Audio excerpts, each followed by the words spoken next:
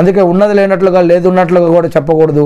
అందుకే ఏదైనా ఒక విషయం అది తప్పైతే తప్పని, పాపమైతే పాపమని, ఒప్పైతే ఒప్పని చెప్పాలి. వేరే వాళ్ళని మెప్పించడం కోసం, జీతాల కోసం, జాబుల కోసం, డబ్బుల కోసం మనం మరి ఉన్న విషయాలను దాయకూడదు. మరి మనం ఇమామత్గా ఉన్నా, సదరుగా ఉన్నా, నాయకుడిగా ఉన్నా, అధికారిగా ఉన్నా, లేదా ఒక దాయిగా ఉన్నా, ఒక హోదాలో ఉన్నా కూడా మరి ఈ యొక్క విషయాలు గుర్తుపెట్టుకొని మనం దేవుడి యొక్క సేవను చేయడం కోసం ప్రయత్నించాలి. మరి మనం భయపడాల్సింది ప్రజలకు కాదు, భయపడాల్సింది దేవుడికి అన్న విషయం మనం గుర్తుపెట్టుకోవాలి. ఇక బంధువుల హక్కులు చెల్లించకపోవడం మహాపాపం. భార్య తన భర్తకు అవిధేయత చూపడం కూడా మహాపాపం. మరియు వంశం పేరు మీద, కులం పేరు మీద ఎత్తి పొడవడం కూడా పాపం. నీ కుటుంబం వారు ఎట్లా, నీ వంశం వారు ఎట్లా, నీ ఇంటి వారు ఎట్లా అని ఇలా చెప్పడం కూడా మహాపాపం అని చెప్పడం జరిగింది. మరియు కష్టాల్లో ఉన్నప్పుడు, ఎవరైనా చనిపోయినప్పుడు మరి బిగ్గరగా కేకలు వేయటం, ఏడ్చి గొగ్గోలపుడు ఏడవడం, అరుపులు అరవడం, ఇలా తల కొట్టుకోవడం, తల బాదుకోవడం, బట్టలు దించుకోవడం, ఇది కూడా మహాపాపం అని చెప్పడం జరిగింది. అందుకే ఎవరైనా చనిపోతే కూడా, లేదా మనం ఏదైనా లుక్సానైనా, ఏదైనా ఇబ్బంది అయినా కూడా మనం ఎలా కంట్రోల్లో ఉండాలో ఇస్లాం నేర్పిస్తూ ఉంది.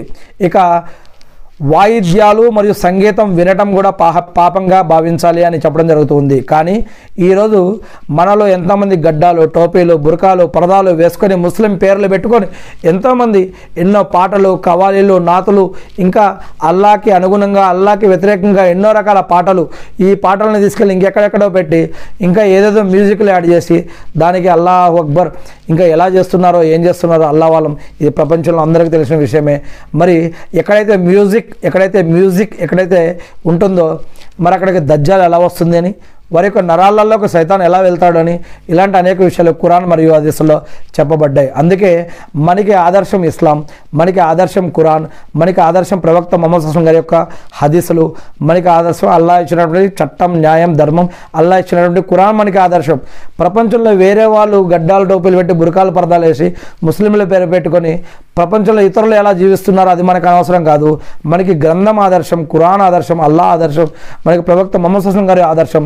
వేరే ముస్లింలని, వేరే వ్యక్తులని గడ్డాలు, టోపీలు, బురకాలను పెట్టి వారిని చూసి ఇది ఇస్లాం అని మనం అనుకోకూడదు.